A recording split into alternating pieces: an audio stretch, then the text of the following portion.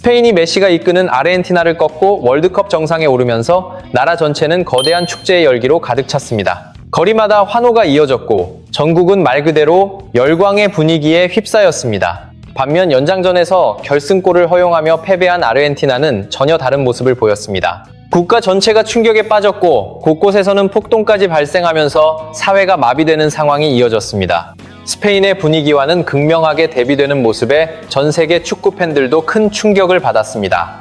일부 팬들은 단지 경기에서 졌다는 이유만으로 거리에서 폭동이 일어나고 경찰까지 투입되는 상황을 이해하기 어렵다는 반응을 내놓았습니다. 축구는 어디까지나 스포츠인데 지나친 행동 아니냐는 의견도 적지 않았습니다. 패배에 대한 아쉬움은 충분히 이해하지만 그 정도가 너무 심하다는 반응이 이어졌습니다. 이런 상황을 두고 몇몇 전문가들은 경기 과정에서 아르헨티나 선수들이 보여준 비열한 행동의 중심에 메시가 있었다고 주장해 또 다른 논란을 불러왔습니다. 대표팀 주장이라면 국가를 대표하는 위치에 있어야 하는데 메시는 손흥민과 달리 품격을 보여주지 못했다고 평가했습니다. 또한 과거 행적까지 언급하며 충격적인 인성을 가진 선수라고 말해 팬들을 더욱 놀라게 했습니다.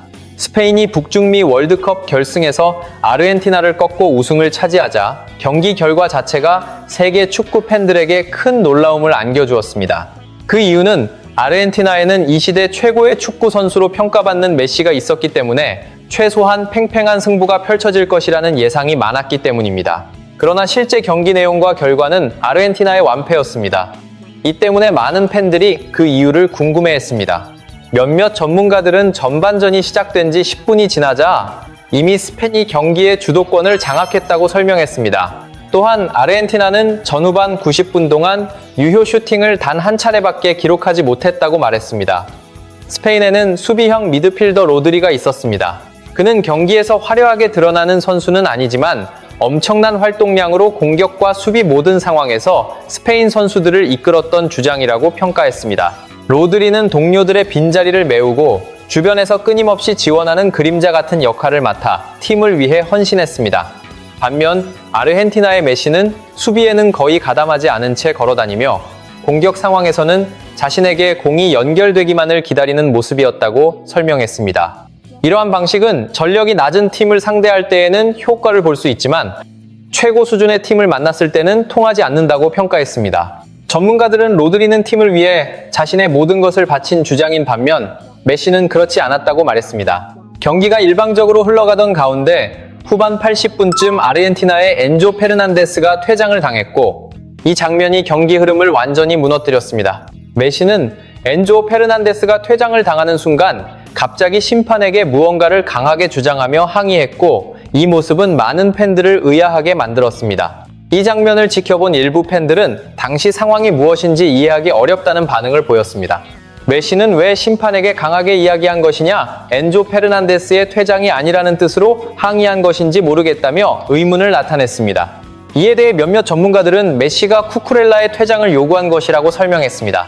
쿠쿠렐라가 메시에게 다가와 말을 건네는 과정에서 잠시 손으로 입을 가렸다가 다시 내렸고 메시는 바로 그 행동을 문제 삼아 심판에게 전달한 것이라는 해석이 나왔습니다. 전문가들은 이어 이번 북중미 월드컵부터 새롭게 적용된 규정을 언급했습니다. 상대 선수와 대화하는 과정에서 입을 가린 채 말을 할 경우 대화 내용과 관계없이 즉시 퇴장 조치를 내리도록 피파가 규정을 변경했다는 설명이었습니다.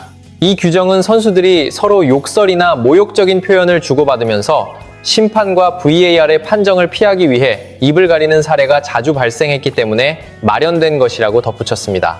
또한 파라과이의 알비론 역시 이번 북중미 월드컵에서 바로 이 규정으로 인해 퇴장을 당한 사례가 있었다고 소개했습니다. 이 설명을 들은 많은 축구 팬들은 잠깐 손을 입에 올렸다가 내린 것뿐인데 그 장면을 근거로 메시가 심판에게 퇴장을 요구했다면 다소 야비하게 느껴진다고 말했습니다.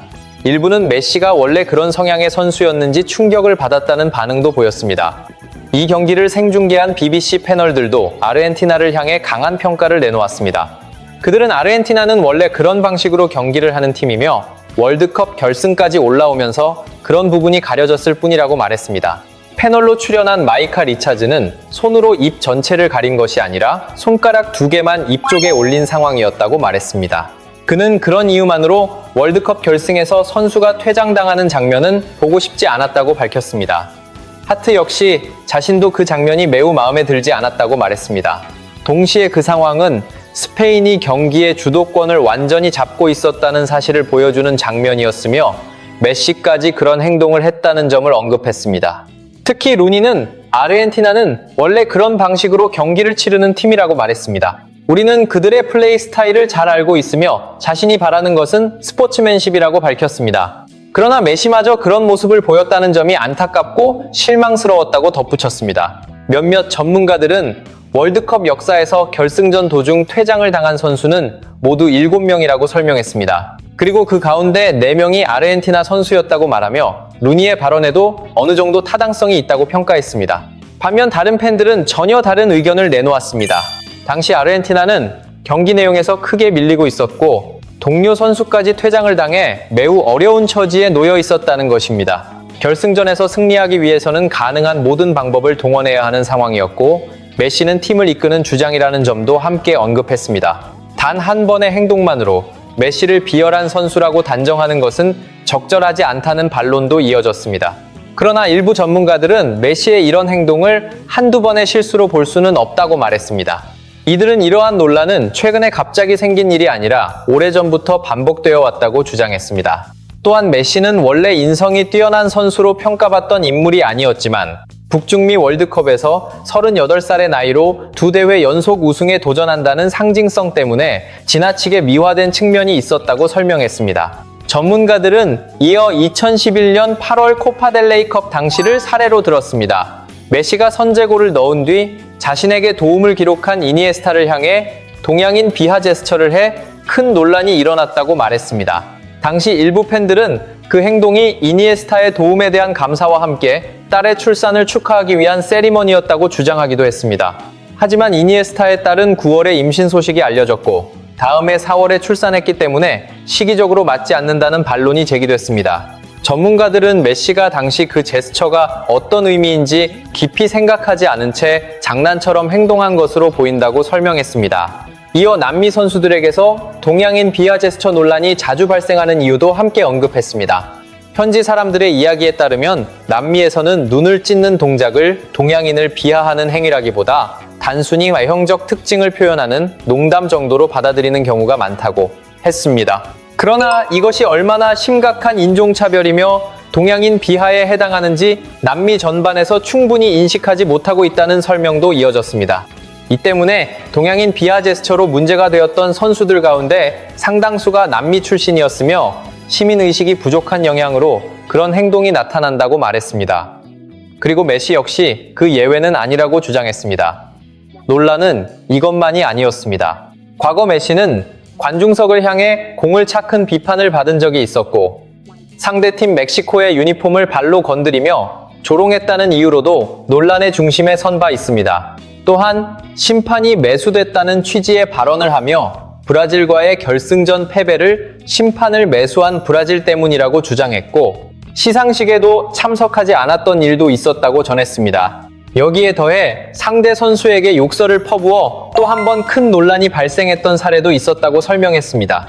이 같은 내용을 접한 일부 팬들은 4년 동안 기다려온 대회에서 기대에 미치지 못한 결과를 받아들이기 어려운 것은 충분히 이해한다고 말했습니다. 하지만 대한민국 대표팀 주장 손흥민은 선발 출전조차 하지 못했고 경기 도중 교체되는 어려운 상황을 겪으면서도 대회 기간 내내 단 한마디의 불만도 공개적으로 하지 않았다는 점을 언급했습니다. 이들은 뛰어난 인품을 유지하는 일이 얼마나 어려운지 다시 한번 느끼게 된다고 말했습니다.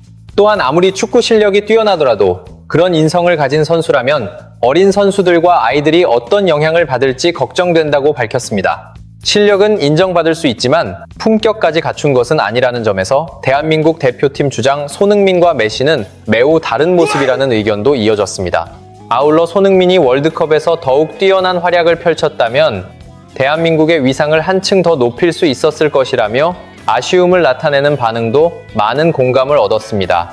여러분은 이번 논란에 대해 어떻게 생각하시는지 의견을 남겨주시기 바랍니다. 감사합니다.